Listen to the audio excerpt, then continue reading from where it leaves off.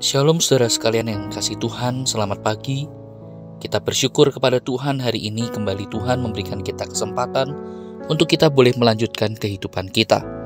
Saudara, mari sebelum kita memulai seluruh aktivitas kita pada hari ini, kita datang kepada Tuhan untuk memohon hikmat dan pimpinannya. Mari kita berdoa. Ya Tuhan, kami mengucap syukur bila pagi ini Tuhan memberikan kami kesempatan untuk kami boleh melanjutkan kehidupan kami dan kami boleh melanjutkan seluruh aktivitas kami. Tuhan tolong, biarlah pagi ini kiranya Engkau sendiri yang terus berbicara kepada setiap kami, menuntun langkah kami sehingga jalan kami boleh seturut dengan apa kehendak Tuhan. Biarlah firman yang kami baca dan kami renungkan ini, Tuhan, Engkau tolong kami untuk kami mengerti dan melakukannya dalam kehidupan kami. Demi Kristus kami berdoa dan mengucap syukur. Amin. Saudara sekalian yang dikasihi Tuhan, pagi ini kembali kita akan melanjutkan perenungan kita yang terambil dari kitab Ulangan. Kini kita tiba pada Ulangan pasal yang ke-16. Mari kita perhatikan ayat 21 sampai dengan Ulangan pasal 17 ayat yang ke-7. Namun saya ingin membaca dari ayat yang ke-21 sampai dengan ayat 17, pasal 17 ayat yang pertama. Demikian firman Tuhan. Janganlah engkau menanam sesuatu pohon sebagai tiang berhala di samping mezbah Tuhan Allahmu, mezbah yang akan kau buat bagimu. Janganlah juga kau dirikan bagimu tugu berhala yang dibenci oleh Tuhan Allahmu. Janganlah engkau mempersembahkan bagi Tuhan Allahmu lembu atau domba yang ada cacatnya, atau sesuatu yang buruk, sebab yang demikian adalah kekejian bagi Tuhan Allahmu. Sampai di sini kita membaca firman Tuhan.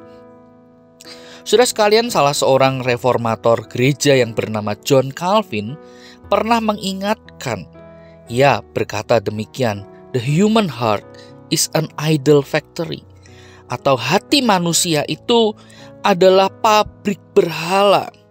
Sudah itulah yang menjadi kecenderungan hati manusia yang berdosa, selalu berusaha untuk menciptakan berhala-berhala yang dianggap mampu memuaskan segala keinginannya, dianggap mampu memberikan makna bagi hidupnya. Saudara, Calvin kemudian melanjutkan dengan mengatakan, kita semua ahli membuat Allah palsu, mudah jatuh dalam penyembahan berhala, dan banyak dari kita pandai menutupinya. Saudara, kita tidak lagi sadar bahwa penyembahan berhala itu mampu menjatuhkan dan menjauhkan diri kita dari Allah, dan murka Allah bangkit atas tindakan tersebut. Nah, saudara, hal ini sesungguhnya dapat kita lihat dari kehidupan orang Israel pada waktu itu, di mana mereka mempunyai kecenderungan dalam berbagai macam situasi kehidupan mereka. Mereka selalu berpaling atau mendua hati terhadap Tuhan. Berulang kali bangsa Israel jatuh pada penyembahan berhala ini. Dan bagian yang kita baca saudara memperlihatkan bagaimana ada di antara mereka yang menanam pohon untuk menjadi tiang berhala di samping mezbah Tuhan. Ada di antara mereka yang mendirikan tugu berhala yang dibenci Tuhan. Saudara, Israel memang mempersembahkan korban kepada Tuhan, tetapi perhatikan ayat yang pertama pasal yang ke-17. Saudara, di sana dikatakan korban yang diberikan kepada Tuhan itu cacat dan buruk. Saudara, di antara orang Israel ada juga yang beribadah kepada ilah-ilah lain, bahkan kepada matahari, bulan, dan segenap tentara langit. Saudara, karena itu Tuhan mengingatkan, apa yang mereka lakukan itu semuanya adalah kekejian di mata Tuhan. Menyembah berhala itu sama artinya dengan menyangkali atau menolak Allah. Nah, saudara, dalam perjanjian lama, orang yang melanggar hukum Allah pasti akan mendapatkan hukumannya, yaitu saudara, hukuman mati. Nah, saudara, hukuman mati di sini dapat diartikan dalam dua pengertian. Yang pertama, putusnya relasi dengan Allah secara kekal. Atau yang kedua, mati secara harfiah yang artinya kehilangan nyawa. Dalam perikop yang menjadi perhatian kita pagi ini, saudara, makna yang kedua lah yang dipakai. yaitu kehilangan nyawanya. Nah, namun saudara, ada aturannya. Sebelum hukuman mati itu dijatuhkan, orang yang tertuduh itu atau yang disangkakan itu harus diperiksa dengan seksama, dengan teliti. Harus ada bukti dan ada keterangan dari 2 atau 3 orang saksi, sehingga tidak sembarangan. Nah, saudara, kalau kita melihat rangkaian ini, mungkin saja ada terbersit di dalam hati kita, kok hukumannya kejam sekali ya. Tetapi saudara, pada waktu itu hukuman mati itulah yang sangat relevan dengan keadaan bangsa Israel. Sebab pada waktu firman itu disampaikan kepada umat, sudah umat itu sedang gencar-gencarnya mempraktikkan kepercayaan dari bangsa-bangsa asing yang tidak percaya, yang tidak menyembah Allah yang sejati. Satu sisi mereka juga tidak mempedulikan Allah dan hukum-hukumnya. Saudara, hukuman ini diberikan sekali lagi dalam rangka bagaimana Allah sedang menjaga kekudusan hidup umat pilihannya. Saudara, kejahatan itu atau pelanggaran itu harus dibasmi total. Tidak boleh dibiarkan sedikit pun, karena akan sangat berdampak negatif. Akan merambat semakin besar dan makin merusak kehidupan umat pilihan Allah tersebut. Sehingga hukuman ini sekali lagi sangat relevan pada masa Israel. Nah, saudara, apa yang terjadi pada bangsa Israel seharusnya juga menjadi perhatian bagi kita saat ini. Kita pun sekali lagi dapat jatuh pada penyembahan berhala dalam bentuk yang sama atau bahkan bentuk yang berbeda.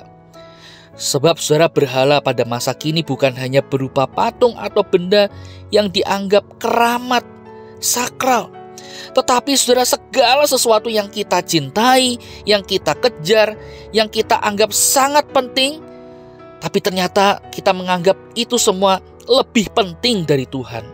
Saudara, berhala juga bisa berarti apapun yang kita anggap dapat memberikan kepuasan terhadap segala keinginan kita. Kita anggap dapat memberikan makna hidup kita, namun sekali lagi, sayangnya semuanya itu menggantikan posisi Tuhan dalam hidup kita. Nah, saudara sekalian kasih Tuhan, hidup dalam penyembahan berhala hanya akan membuat keadaan hidup kita makin rusak, makin jauh dari Allah. Oleh karena itu penting bagi kita bagaimana kita harus menjaga hati kita dan menjauhkan hati kita dari berbagai macam berhala hidup. Sebab saudara, sekali lagi kita tidak bisa menggantikan Allah dengan siapapun, dengan apapun. Saudara, bisa jadi kita hanya disibukkan dengan pengejaran-pengejaran yang sia-sia, kepuasan diri, kebahagiaan diri yang semu. Namun pada satu titik kita tetap akan merasa kosong. Bahkan kita akan tetap merasa kehilangan arah hidup. Kenapa? Karena kita meninggalkan Allah yang sejati, Allah sang sumber hidup kita. Kiranya Tuhan menolong kita untuk menjaga hati kita. Mari kita berdoa. Bapa, kami menyerahkan hati dan hidup kami. Kiranya Kau terus kuasai, tuntun kami, kuduskan, sehingga biarlah kami boleh menjaga hati ini, menjauhkannya dari berbagai macam berhala kehidupan ini. Tuhan tolong, biarlah hanya Tuhan yang ada di dalam hati kami, sebab Engkaulah pemilik hidup kami, dan kepadamu biarlah hidup kami boleh dipersembahkan. Tuhan tolong, pimpin langkah kami. Di dalam nama Tuhan Yesus kami berdoa. Amin. Selamat pagi, Tuhan Yesus memberkati kita sekalian.